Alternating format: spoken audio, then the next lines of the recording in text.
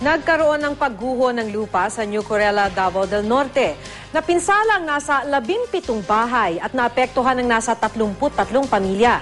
Makibalita tayo kay Helen Quinanola ng GMA Davao. Helen?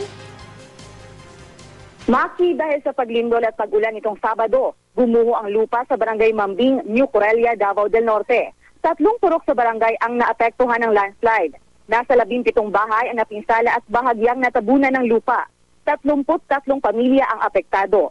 Ayon sa mga residente, noong Enero pa raw nagsimulang mabitak ang lupa sa kanilang lugar. Pero hindi naman daw ito gaanong malaki, kaya hindi sila nag-alala. Lumala lang ang kondisyon ng lupa bunsod ng lindol at muling pag-ulan.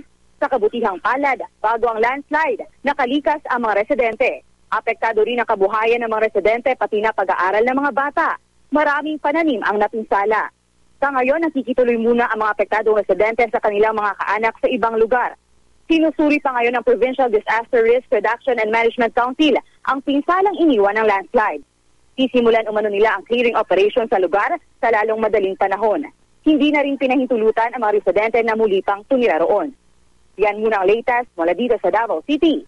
Helen Quinanola, Nagbabalita, Pilipinas.